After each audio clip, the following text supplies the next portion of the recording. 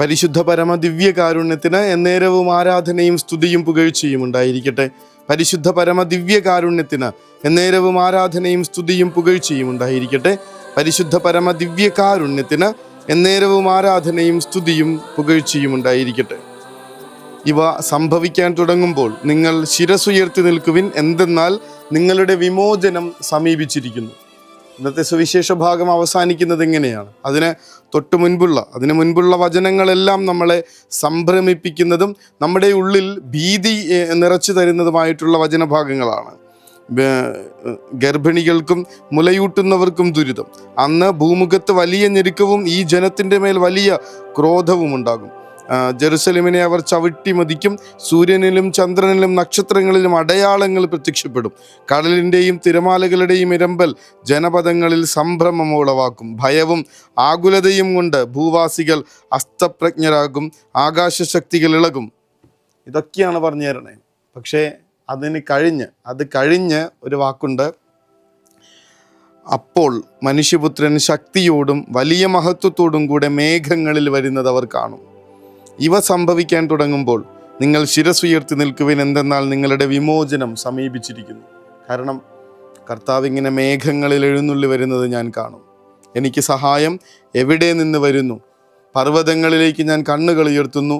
എനിക്ക് സഹായം കർത്താവിൽ നിന്ന് വരുന്നു, ആകാശവും ഭൂമിയും സൃഷ്ടിച്ച കർത്താവിൽ നിന്ന്. പല തവണ നമ്മൾ ധ്യാനിച്ചൊരു വചനഭാഗം 121 സങ്കീർത്തനം. അങ്ങോട്ടൊന്ന് കണ്ണുകൾ ഉയർത്തിയാൽ, അവിടെ നിന്നെങ്കിലേക്ക് മനസ്സുറപ്പിച്ചാൽ ചുറ്റും നടക്കുന്നതൊന്നും നമ്മളെ ബാധിക്കില്ല എന്നുള്ള വിധത്തിലുള്ള വലിയൊരു വാണിങ്ങും ഓർമ്മപ്പെടുത്തലുമായിട്ട് ഇന്നത്തെ സുവിശേഷ ഭാഗം. ഏറ്റവും നല്ല ഉദാഹരണമായി ഇന്നത്തെ 1-ാം വായനയിൽ ദാനിയേൽ എന്ന് പറയുന്ന ചെറുപ്പക്കാരൻ, അയാളെ കൊണ്ടുപോയി സിംഹക്കുഴിയിലിട്ട് കൊന്നുകളയാനായിട്ട് രാജാവ് തീരുമാനിക്കുന്ന നേരത്ത് രാജാവ് തന്നെ ഇത്രയും നല്ലൊരു ചെറുപ്പക്കാരനെയാണല്ലോ കൊല്ലുന്നതെന്നറിഞ്ഞ് ദാനിയേലിന് കൊടുക്കുന്ന ഒരു വിഷുണ്ട്. നീ നിരന്തരം സേവിക്കുന്ന നിന്റെ ദൈവം നിന്നെ രക്ഷിക്കട്ടെ. കൊല്ലാൻ കൊണ്ടുപോയിട്ട് സിംഹക്കുഴിയിലേക്ക് വലിച്ചെറിയുന്ന ഒരു കുറ്റവാളി. ഈ രാജാവിന് അവനെക്കുറിച്ചൊരു കൺസേൺ ഉണ്ടാവേണ്ട കാര്യമില്ല. പക്ഷേ ദാനിയേലിൻ്റെ വിശുദ്ധിയും അയാളുടെ ആ ജീവിതത്തിൻ്റെ ഒരു ജെന്യുവിനിറ്റിയും അതിൻ്റെയൊക്കെ ആ ജീവിതം കണ്ടിട്ടുള്ള അതിൻ്റെ മഹത്വത്തോടുകൂടെയുള്ള ജീവിതമൊക്കെ കണ്ടിട്ട് രാജാവിന് തന്നെ ഈ കുറ്റക്കാരൻ എന്ന് മറ്റുള്ളവരെല്ലാവരും വിധി എഴുതുന്ന ദാനിയേലിന് തോന്നുന്ന ഒരു ചെറിയ അടുപ്പമുണ്ട്, വലിയൊരു സ്നേഹമുണ്ട്, ഒരു കരുതലുണ്ട്. അതുകൊണ്ടാണ് സിംഹക്കുഴിയിൽ കൊണ്ടുപോയി കൊല്ലാനിട്ടിട്ട് രാജാവ് തന്നെ ഒരു ആശംസ കൊടുക്കുന്നത്, നീ നിരന്തരം സേവിക്കുന്ന നിന്റെ ദൈവം നിന്നെ രക്ഷിക്കട്ടെ. അത് എത്രമാത്രം ഉള്ളിൽ നിന്ന് വന്ന ഒരു പ്രാർത്ഥനയായിരുന്നുവെന്ന് തെളിയിക്കുന്നതാണ് അടുത്ത വചനങ്ങൾ. രാജാവിന് ആ രാത്രി ഉറക്കമില്ല. എന്നിട്ട് പിറ്റേ ദിവസം രാവിലെ എഴുന്നേറ്റ് ഓടി വന്ന് സിംഹക്കുഴിയിൽ ചെന്ന് ദുഃഖം നിറഞ്ഞ സ്വരത്തിൽ രാജാവ് ചോദിക്കുന്നുണ്ട്, ദാനിയേൽ, ജീവിക്കുന്ന ദൈവത്തിൻ്റെ ദാസ, നീ നിരന്തരം സേവിക്കുന്ന നിന്റെ ദൈവം നിന്നെ സിംഹങ്ങളിൽ നിന്ന് രക്ഷിക്കാൻ ശക്തനായിരുന്നോ? അയാൾക്കറിയില്ല. അയാൾ കണ്ടിട്ടുള്ളത്, ഇത് പറയാനായിട്ടുള്ള കാരണം എൻ്റെ ദൈവം ശക്തനാണ്, സർവശക്തിയുള്ളവനാണ് എന്ന് ദാനിയേൽ പറഞ്ഞറിവ് മാത്രമേ ഉള്ളൂ. അതുകൊണ്ടാണ് ഒരു സംശയം ബാക്കി നിൽക്കുന്നത്.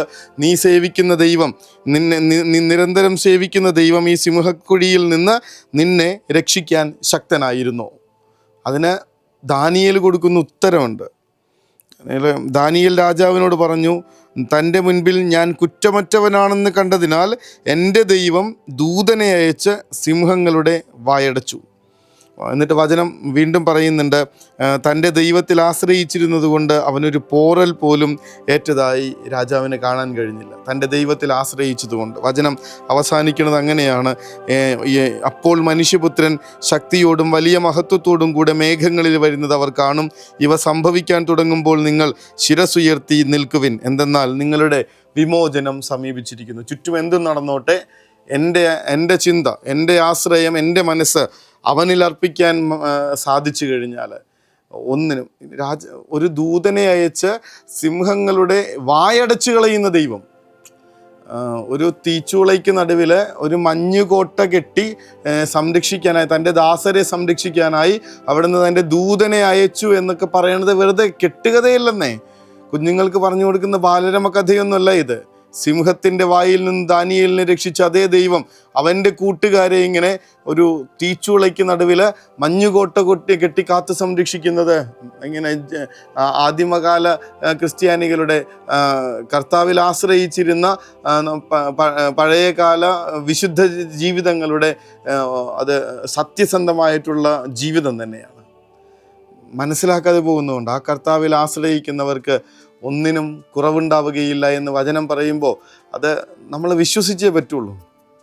വെറുതെ അല്ല. വചനത്തിൽ യെശയ്യാ പ്രവാചകന്റെ പുസ്തകം 41-ാമത്തെ അധ്യായത്തിൽ അവിടെ നിന്ന് പറയുന്ന വാഗ്ദാനം ഇതാണ്, ഉറപ്പിതാണ്: ഭയപ്പെടേണ്ട, ഞാൻ നിന്നോട് കൂടെയുണ്ട്, സംഭ്രമിക്കേണ്ട, ഞാനാണ് നിൻ്റെ ദൈവം, ഞാൻ നിന്നെ സഹായിക്കുകയും ശക്തിപ്പെടുത്തുകയും ചെയ്യും, എൻ്റെ വിജയകരമായ വലത് കൈ കൊണ്ട് ഞാൻ നിന്നെ താങ്ങി നിർത്തും.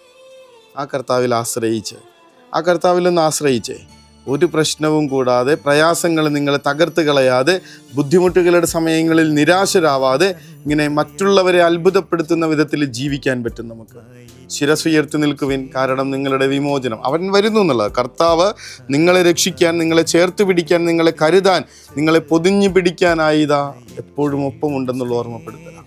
ആ കർത്താവിങ്കിലേക്ക്, എന്നെ കരുതുന്ന അവിടുത്തെ സംരക്ഷണത്തിൻ്റെ കരുതലിൻ്റെ കരങ്ങളിലേക്ക് ജീവിതം സമർപ്പിച്ചുകൊണ്ട് അവിടുത്തെ ആശീർവാദത്തിനായി നമുക്ക് ശിരസ്സ് നമിക്കാം.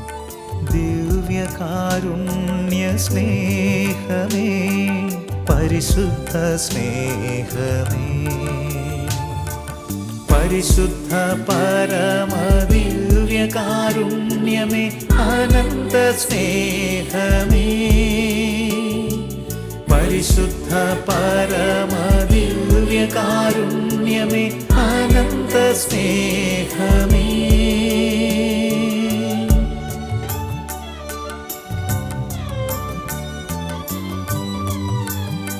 പരിശുദ്ധ പരമ ദിവ്യകാരുണ്യത്തിന് നേരവും ആരാധനയും സ്തുതിയും പുകഴ്ചയും ഉണ്ടായിരിക്കട്ടെ. പരിശുദ്ധ പരമ ദിവ്യകാരുണ്യത്തിന് നേരവും ആരാധനയും സ്തുതിയും പുകഴ്ചയും ഉണ്ടായിരിക്കട്ടെ. പരിശുദ്ധ പരമ ദിവ്യകാരുണ്യത്തിന് നേരവും ആരാധനയും സ്തുതിയും പുകഴ്ചയും ഉണ്ടായിരിക്കട്ടെ. ആരും ഓർമ്മിപ്പിക്കാതെ തന്നെ ഇങ്ങനെ ഉള്ളിൽ വരാൻ തക്ക വിധത്തില്, മനഃപ്പാഠമാകേണ്ട വിധത്തില് പലതവണ നമ്മൾ ആവർത്തിച്ചു കഴിഞ്ഞതാണ് ഈ ഒരു വചനഭാഗം. ഞാൻ ശാന്തമായി കിടന്നുറങ്ങുന്നു, ഉണർന്നെഴുന്നേൽക്കുന്നു, കാരണം ഞാൻ എൻ്റെ കർത്താവിൻ്റെ കരങ്ങളിലാണ്. ചുറ്റുമുള്ളതൊന്നും ഭയപ്പെടുത്താത്ത വിധത്തിൽ, അസ്വസ്ഥത, നമ്മുടെ സ്വപ്നങ്ങൾക്ക് ഭംഗം വരുത്താത്ത വിധത്തിൽ, ഉറക്കം അസ്വസ്ഥതപ്പെടുത്താത്ത വിധത്തിൽ എൻ്റെ കർത്താവ് കാവൽക്കാരനായി എനിക്ക് ചുറ്റും നിൽക്കുന്നുണ്ട്. സംരക്ഷണ കോട്ടയായി അവിടെ നിന്ന് എന്നെ പൊതിയുന്നുണ്ട്.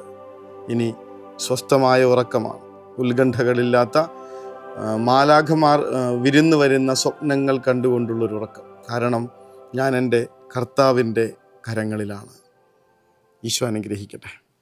കരുണതൻ കയർ പിടിച്ച് നയിച്ചിടും സ്നേഹമേ, ദിവ്യകാരുണ്യ സ്നേഹമേ, പരിശുദ്ധ സ്നേഹമേ, പരിശുദ്ധ പരമ ദിവ്യകാരുണ്യമേ, അനന്ത സ്നേഹമേ, പരിശുദ്ധ പരമ ദിവ്യകാരുണ്യമേ, അനന്ത സ്നേഹമേ.